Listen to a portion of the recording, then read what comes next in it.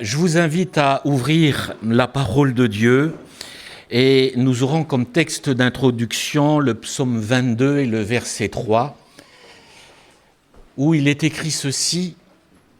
C'est un verset qui est court. Il est « Pourtant, tu es le Saint et tu sièges au milieu des louanges d'Israël. » Quand vous vous attardez sur le psaume 22, le psaume 22, c'est un psaume prophétique qui parle de Jésus-Christ et spécifiquement de Jésus-Christ. L'Écriture nous dit ceci, qu'il s'est dépouillé de sa gloire. Et le psalmiste, lorsqu'il prophétise sur Jésus, il va jusqu'à dire « Je suis un ver ». Je ne suis qu'un ver, il s'est dépouillé.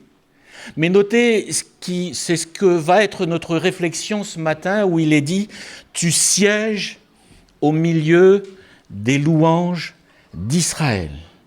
Le thème de mon message ce matin, c'est la vraie adoration. La vraie adoration. Vous allez me dire, mais peut-être il y a une fausse adoration. Oui, l'Écriture nous montre et l'Écriture enseigne qu'il peut avoir une pseudo-adoration. Il y a un moment donné où une femme va poser cette question à Jésus, c'est la femme samaritaine, et elle dit « Mais je vois que tu es prophète ». Et elle dit ceci, mais nos pères nous ont toujours enseigné et nous ont toujours dit qu'il faut monter sur le mont Garizim pour adorer l'Éternel. Et vous les Juifs, vous dites qu'il faut aller à Jérusalem pour adorer l'Éternel. Et le Seigneur Jésus de dire à cette femme, il faut que tu comprennes une chose, c'est que Dieu est esprit. Peu importe le lieu, que ce soit dans ce lieu, que ce soit dans le secret de votre chambre, ou que ce soit au bord de la mer, avec un feu et une guitare, ça me rappelle des souvenirs, nous pouvons adorer le Seigneur. Parce que Dieu est esprit. Et Jésus rajoute, mais il faut que ceux qui l'adorent en esprit et en vérité. C'est-à-dire que l'adoration peut être détournée. Il faut que ceux qui l'adorent en vérité. Il y a 3 points fondamentaux, 3 points essentiels pour l'adoration. 3 points qu'on ne peut pas dissocier. Si vous dissociez, si vous enlevez un de ces points, l'adoration n'est plus l'adoration. Lorsqu'on parle de l'adoration, de ce culte qui doit être rendu, l'Écriture souligne une chose, c'est que dans l'adoration, la première des choses, c'est Dieu. La deuxième des choses, c'est sa position. Et la troisième des choses, c'est notre cœur. Et ça, on ne peut pas dissocier. La première, c'est que lorsqu'on parle de l'adoration, le culte doit être rendu et uniquement rendu à Dieu. L'apôtre Paul dit ceci, mais je sais en qui j'ai cru. Et quand vous lisez le livre des Actes des Apôtres, avant que Paul dise ceci, je sais en qui j'ai cru, l'Écriture nous parle de sa première partie de sa vie, et l'Écriture nous dit que c'était un pharisien. Mais l'Écriture souligne aussi qu'il persécutait l'Église. L'Écriture souligne aussi que ça allait loin, parce qu'il se faisait un plaisir de combattre l'Évangile. Il avait en sa possession, nous dit l'Écriture, des lettres pour mettre les chrétiens en prison. Mais il vient un moment donné sur le chemin de Damas où il y a cette révélation. Il vient un moment donné où là, il est bousculé dans ses convictions, dans sa certitude, dans ce qu'il peut concevoir de Dieu. Il dit, mais qui es-tu ? Qui es-tu, Seigneur ? Et là, le Seigneur repositionne les choses. Je suis celui que tu persécutes. Il était pharisien, il adorait Dieu, mais il y a un moment donné où Dieu repositionne les choses. Qui es-tu ? Je suis celui que tu persécutes. Et là, elle comprend une chose, que la vraie adoration nous ramène à la personne de Jésus-Christ. Et c'est pour ça qu'à un moment donné, fort de cette révélation, il vient et il dit avec assurance, je sais en qui j'ai cru. Et l'adoration doit toujours être dirigée et toujours orientée vers Dieu. Parce que lorsqu'on détourne cela nous amène à un moment donné à ce qu'on appelle tout simplement l'idolâtrie. Et l'idolâtrie, nous dit l'Écriture dans le livre de Deutéronome, est une abomination à l'Éternel. C'est-à-dire que notre adoration, elle doit être uniquement dirigée vers le Seigneur Jésus, dirigée vers notre Dieu, vers Dieu le Père, vers Dieu le Fils et vers Dieu le Saint-Esprit. Et uniquement sur l'unique et seul vrai Dieu. Dans le livre de l'Apocalypse, il est dit qu'à un moment donné, Jean est là, l'apôtre Jean, et un ange vient à sa rencontre. Et quand il voit l'ange, le réflexe qu'il a, c'est qui ? C'est extraordinaire. Il a en face de lui un ange. Je ne sais pas si vous avez eu l'occasion, vous, de rencontrer un ange. Moi, je n'ai pas eu l'occasion encore. Mais il a en face de lui un ange et le réflexe qu'il a, c'est qu'il se jette à ses pieds. Et il adore. Et l'ange, quand il est devant cela, le premier réflexe qu'il a, c'est de le relever. Et il lui dit, mais je ne suis que ton compagnon. Je ne suis qu'un ange, je ne suis qu'une créature. Et il dit ceci, mais adore Dieu. Parce que notre adoration, la vraie adoration, c'est être dirigé uniquement vers celui qui est au-dessus de tout. C'est pour cela que nous voulons nous rappeler encore pour cette année 2026 que tout est christocentrique, tout est centré sur Jésus. Nous l'avons entendu ce matin dans nos louanges, dans vos louanges. Eh bien, nous voulons que ça soit centré sur lui. C'est pour cela que je le disais il y a quelque temps en arrière, que nous voulons que Jésus soit au centre, même dans notre message, même dans notre prédication. Parce qu'à l'heure d'aujourd'hui, il y a des prédicateurs qui ont mis Jésus de côté pour mettre l'être humain, la personne, l'identité humaine au centre.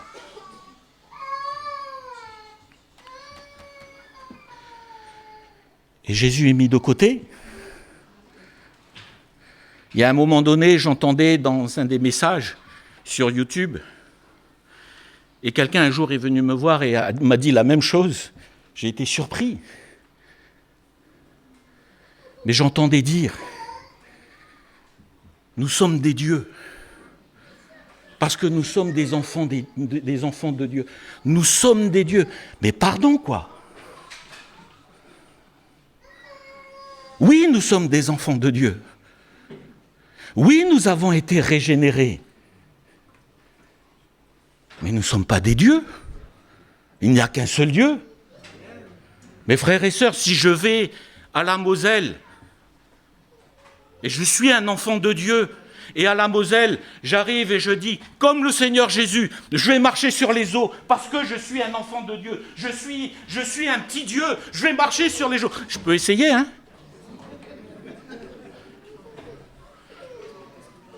Certains David va venir me voir, va dire, écoute Jean-Christophe, on va revoir la théologie peut-être à un moment donné là. Oui, mais l'Écriture a dit ceci, que nous avons été créés à l'image de Dieu. Alors nous sommes des dieux.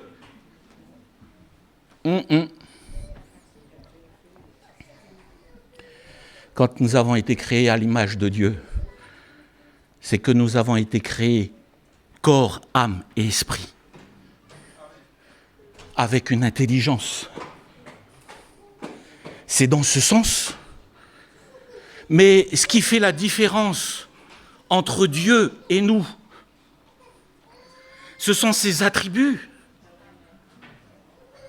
La Bible nous dit ceci, qu'il est éternel. Nous avons tous un commencement. Nous sommes des créatures de Dieu. Dieu a créé le monde et l'univers. Sauf que lorsqu'on parle de l'éternité de Dieu, de ce Dieu éternel, c'est qu'il n'a ni commencement, ni fin. Allez comprendre quelque chose là-dedans. Je ne pourrais pas vous expliquer. Parce qu'on a toujours un commencement. Mais il est dit de Dieu qu'il n'a ni commencement, ni fin. C'est ce qui fait la différence. C'est pas parce que on va dire mais Dieu fait des miracles qu'il est Dieu. C'est pas un attribut cela. Satan fait des miracles aussi. L'Antichrist va faire des miracles. Et pourtant il n'est pas Dieu. Jésus est omniprésent. C'est-à-dire qu'il est présent en tout lieu. Et j'aime à le dire, nos frères et sœurs de Metz sont réunis et ils se font une joie de dire « Le Seigneur est au milieu de nous ». Et nous, en même temps, sur Thionville, on dit « Mais le Seigneur est au milieu de nous parce qu'il est omniprésent. Il est en tout lieu en même temps. » Le diable ne peut pas être omniprésent. S'il est au Québec, il ne peut pas être à Thionville en même temps. Dieu est dans le ciel, mais il est aussi dans notre cœur. Il est au milieu de nous, comme il est à Metz en même temps. C'est l'omniprésence de Dieu. Et c'est pour ça que nous ne sommes pas des dieux, parce que, à part dire, on va mettre Internet pour que nos frères et sœurs, peut-être certains sont sur YouTube et qui, je ne sais pas, sont en Nouvelle-Calédonie en train de nous regarder, peut-être, mais on ne peut pas être dans le même lieu à la fois. Et vous pouvez multiplier tous les attributs. Il est omnipotent, il est au-dessus de tout. Il est omniscient, il a toute la science, toute la connaissance. C'est ce qui fait la différence. Et merci Seigneur parce qu'il a fait de nous ses enfants. Et ça, on ne va pas nous le retirer. Nous sommes co-héritiers de Christ. Alléluia.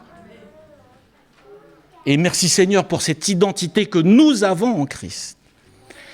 Mais l'adoration, elle est orientée. Et le culte doit être rendu uniquement à Dieu.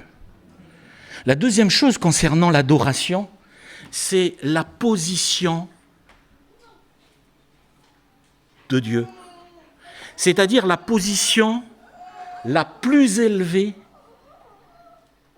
qu'il y a dans le ciel et sur la terre.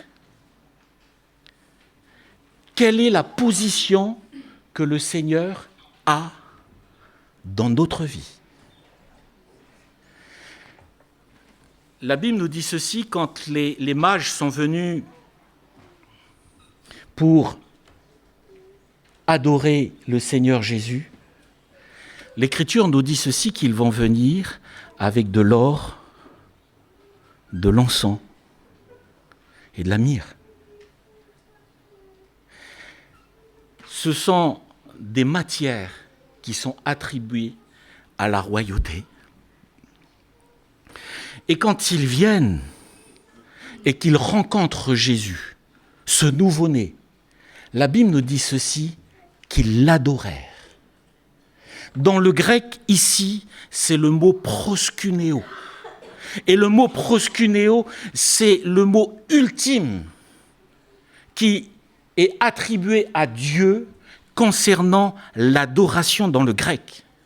C'est littéralement embrasser les pieds de la divinité. Et quand ils viennent et ils sont là en train d'adorer Jésus, ils reconnaissent que Jésus est roi, mais que Jésus est Dieu. Et il est important pour nous que le Seigneur Jésus ait toujours dans l'adoration la position la plus élevée. La Bible nous dit ceci concernant l'Église de Laodicée. La Bible nous dit ceci, qu'à un moment donné, Jésus va dire « Je me tiens à la porte et je frappe. Si quelqu'un entend ma voix et ouvre la porte, j'entrerai chez lui. Je souperai avec lui et lui avec moi. » Il s'adresse à son église, à une église locale. Et il dit, mais je me tiens à la porte. C'est-à-dire que je suis en dehors de l'église. C'est-à-dire que la position du Seigneur n'est plus la bonne place. Et l'adoration, c'est toujours mettre Jésus à la place la plus élevée. Parce que notre adoration peut être dirigée vers Dieu, mais si Dieu n'a plus cette position, notre adoration, elle est vaine. Regardez ce qu'il est dit dans le livre de Malachie, au chapitre 1er. Quand on parle de la position de Dieu, on parle du fait de respecter Dieu, d'honorer Dieu, d'élever le Seigneur. Et là, on parle de sa position. Et quand on lit dans Malachie au chapitre 1er, Dieu va dire à un moment donné à Israël, il dit, mais il y a un souci avec vous. J'ai un souci avec toi. C'est que tu ne m'honores pas comme je devrais être honoré. Tu ne me respectes pas comme je dois être respecté. Il n'y a pas cette sainte crainte à l'égard de mon nom. Et Dieu va loin. Parce que quand vous lisez Malachie au chapitre 1er, il dit ceci, et là Dieu parle de l'adoration, mais de sa position qu'il doit avoir. Il dit, mais je ne suis pas honoré, je ne suis pas respecté. Et il dit ceci, mais du soleil jusqu'à son couchant, parmi les nations, mon nom est grand. Il est en train de leur dire, mais ces gens-là ne me connaissent pas comme vous me connaissez. Mais quand eux viennent m'offrir une offrande, cette offrande est pure.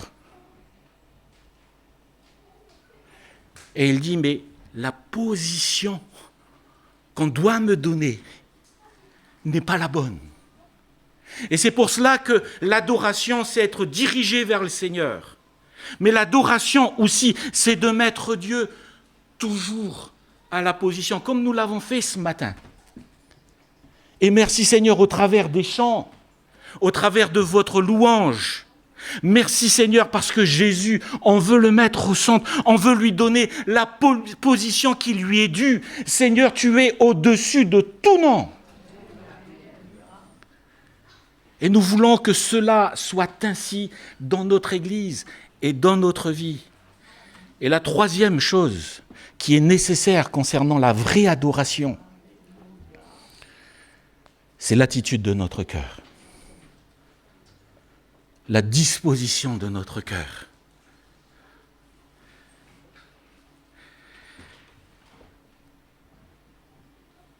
Quand on voit dans les Écritures, la Bible nous dit ceci, et Jésus va reprendre ces paroles. Il dit, mais ce peuple m'honore des lèvres, mais son cœur est éloigné de moi.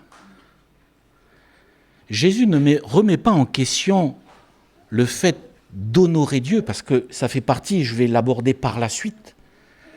Il ne remet pas en question le fait de louer le Seigneur. Il prend plaisir à cela. Nous l'avons lu tout à l'heure. Dieu siège au milieu des louanges. Et Dieu est au milieu de nous par rapport à cela. Ce qu'il dit ici, c'est qu'il dit, mais le cœur peut être éloigné. Ce peuple m'honore des lèvres, mais son cœur est éloigné de moi.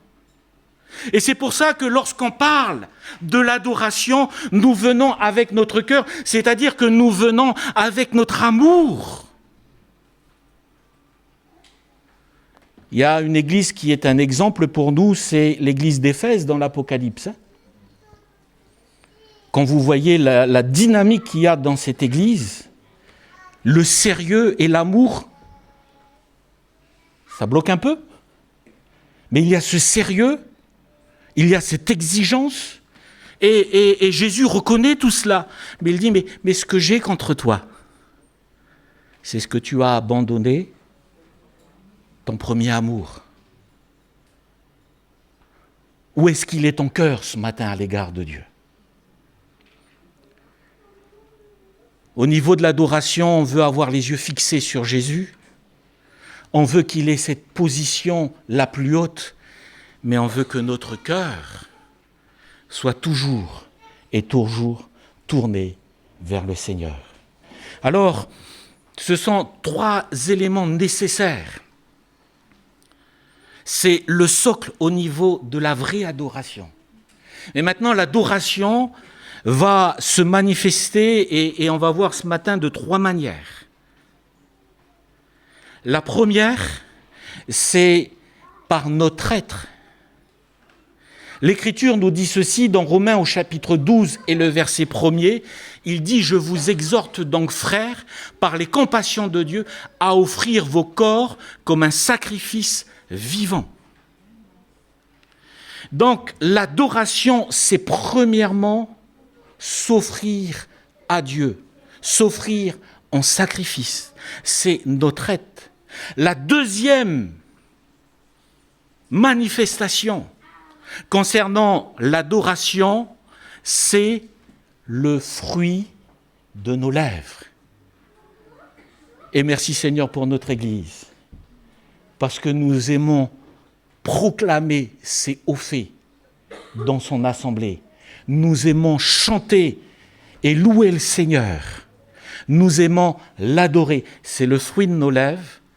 Et le troisième point concernant l'adoration, la manifestation concernant l'adoration, c'est nos biens, apporter nos biens au Seigneur. Alors, premièrement, mes frères et sœurs, l'adoration, c'est ce que nous sommes. Je vous exhorte. Notez ici que c'est un encouragement avec insistance. Quand on dit « je vous exhorte », il encourage très fortement. Je vous exhorte donc, frères, par les compassions de Dieu. Et l'apôtre Paul ici ramène à une chose, il dit « mais par les compassions de Dieu », dans le sens où vous avez été les uns et les autres au bénéfice du sacrifice de Jésus. Vous avez été au bénéfice de l'amour de Dieu. Et cet amour de Dieu a généré en vous cette transformation. Et cette transformation peut vous amener les uns et les autres à offrir vos corps comme un sacrifice vivant. Moi, je dis bien vivant, hein, j'ouvre une parenthèse quand même. Un sacrifice vivant. Il y a eu, hélas, et il y a encore aujourd'hui des chrétiens qui sont des martyrs à cause de leur foi, à cause du nom de Jésus. Et on prie pour l'Église persécutée. Mais le Seigneur ne nous demande pas de mourir pour lui. Hein. Il nous demande de vivre pour lui. Un sacrifice vivant. Paul dit, mais Christ est ma vie. Si je suis là, c'est ma vie, elle est pour lui. Et il dit, s'il m'arrive à mourir, et il va arriver un jour, il dit, mais la mort m'est un gain parce que je sais où je vais. Mais il dit ceci, de s'offrir. Et notez qu'il est dit saint, agréable à Dieu. Mes frères et sœurs, par ce que vous êtes, par votre attitude, par vos actions, par vos paroles, par ce que vous êtes, eh bien, vous pouvez être une adoration pour l'Éternel. Il est dit de Job, à un moment donné, Dieu est honoré, Dieu prend cela comme une adoration, il est honoré, et il dit à Satan, mais as-tu vu mon serviteur Job ? Et là, il parle de Job, il parle de ce qu'il est. C'est un homme intègre et droit, craignant Dieu et se détournant du mal. C'est-à-dire que Dieu, lorsqu'il regarde son serviteur, il est honoré.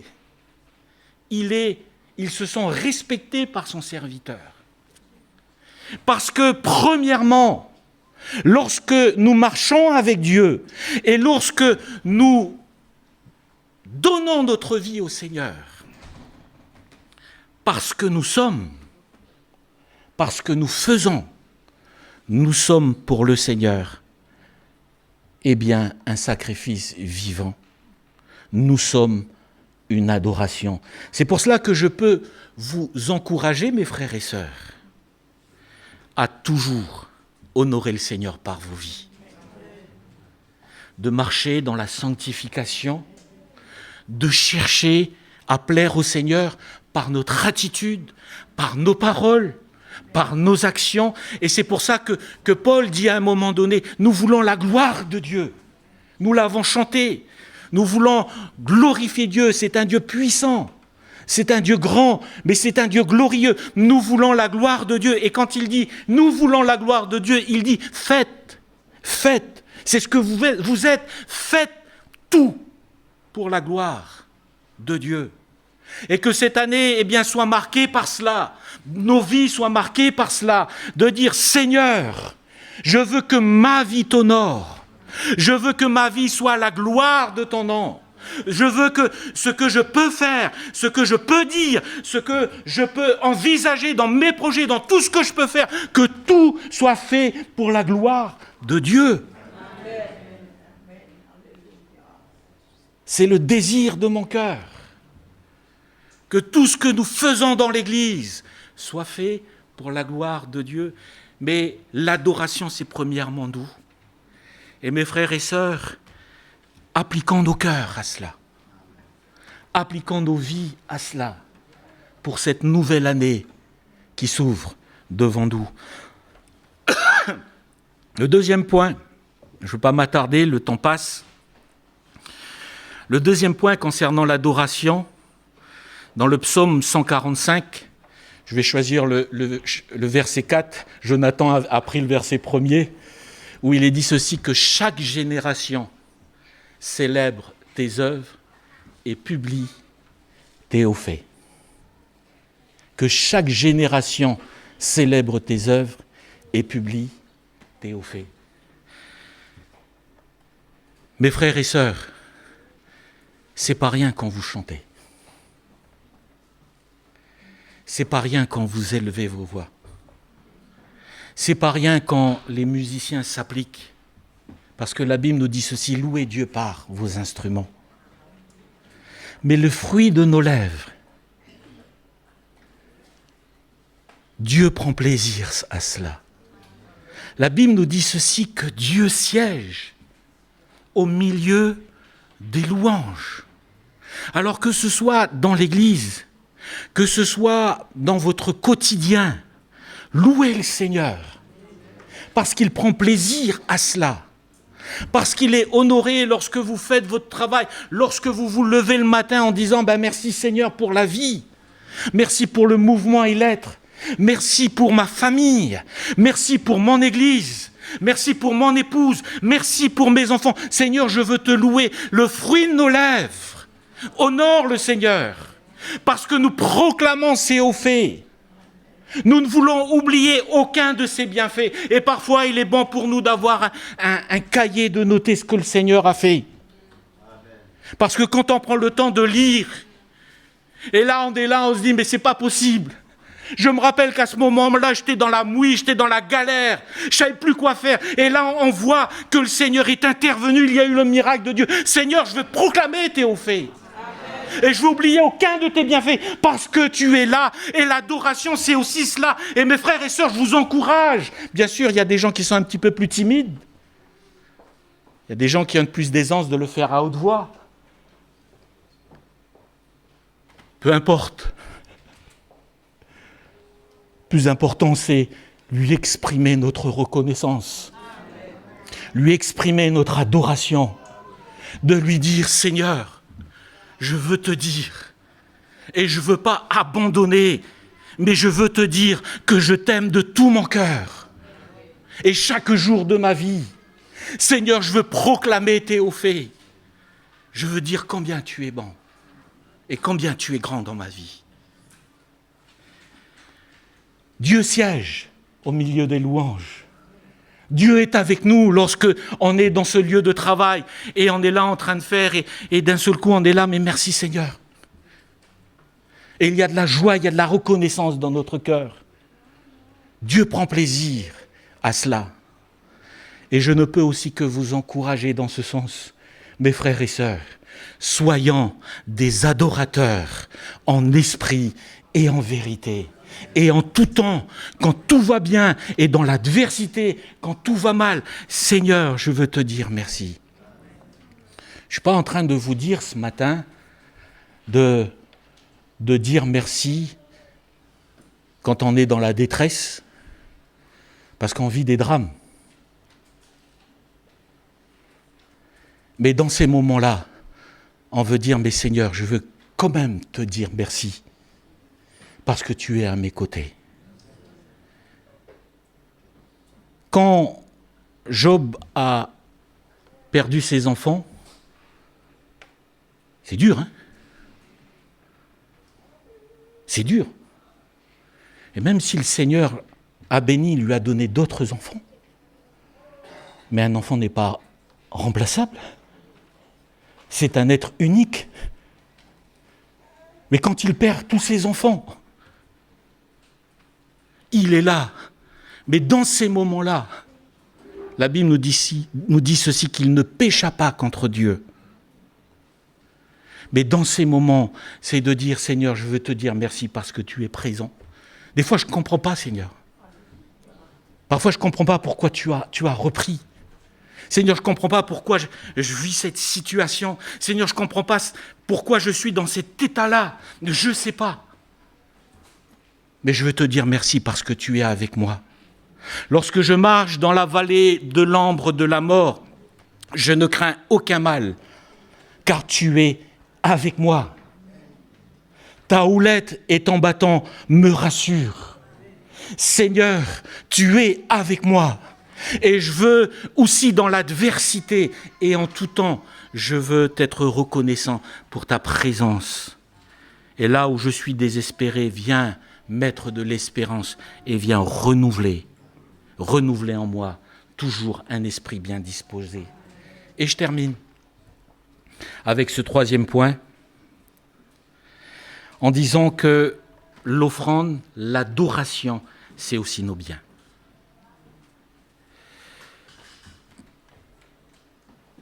Je vais parler de l'offrande de nos biens. Il n'y aura jamais ici de la pression concernant l'offrande.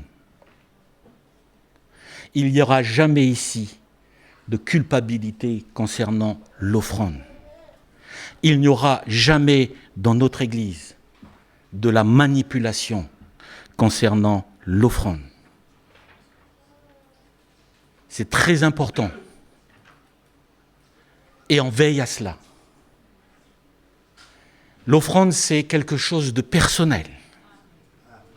Ça concerne chaque famille, ça concerne chaque personne. Mais l'Écriture nous enseigne aussi là.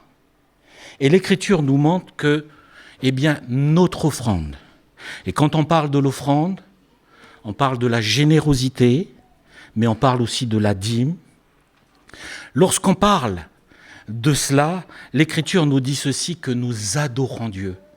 Proverbe au chapitre 3 et le verset 9, il est dit « Honore l'Éternel avec tes biens et avec les prémices de tout ton revenu. » Ça veut dire quoi?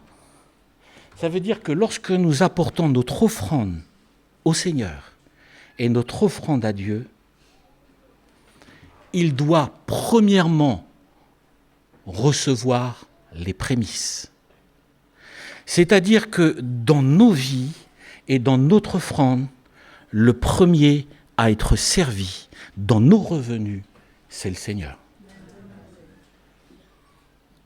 C'est pas Jean-Christophe, c'est pas Laurence. Le premier à être servi, c'est lui.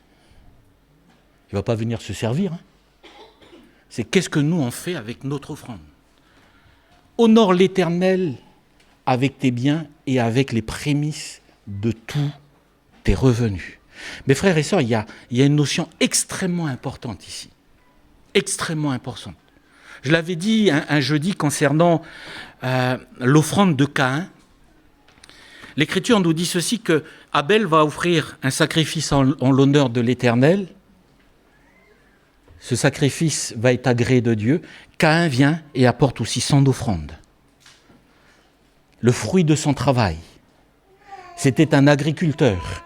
Donc il vient avec le produit de la terre. Et il offre cela à l'Éternel. Et la Bible nous dit ceci, que son offrande, son sacrifice n'a pas été agréé. Alors au début, quand je lisais ce texte, le réflexe que j'ai eu, la première réflexion que j'ai eue, c'est de dire par rapport à cela, c'est normal que ça n'a pas été agréé. Parce que concernant un sacrifice à l'Éternel, concernant l'expiation, ça commence par le sang. Abel a apporté un agneau qui a été sacrifié. Le sang a coulé. C'est le type de l'agneau de Dieu qui va être sacrifié en parlant de Jésus. Donc pour moi, en lisant ce texte, je me suis dit, premièrement, première lecture, ici, il est question du sang qui n'a pas été versé. C'est pour ça, il aurait fallu qu'il aille voir son frère et que donne-moi un agneau, ou je te paye un agneau, j'offre en l'honneur et puis après j'offre mes biens. Donc ma réflexion était là au début. Mais en analysant les choses de plus près, le mot hébreu ici, c'est pas l'Holocauste comme on le peut concevoir dans le Lévitique au chapitre 1er, c'est pas le même mot sacrifice. Ici, le mot, c'est le même mot qu'on va retrouver avec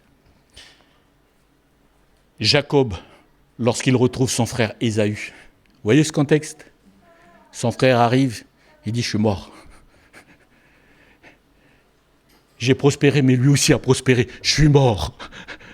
Et en plus, l'Écriture nous dit que quand il arrive, Ésaü, il ne vient pas tout seul. Il vient avec une centaine de serviteurs, des centaines de serviteurs. Il dit, je suis mort.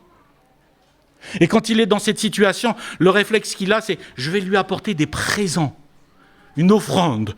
Alors au fur et à mesure, ils allongent l'arrivée de son frère par des offrandes. Et là, c'est des tonnes d'offrandes. Hein. Tiens, un troupeau. Tiens, ceci. Tiens, cela. Son frère dit, mais pourquoi tu as fait ça? Tu n'avais pas besoin de le faire.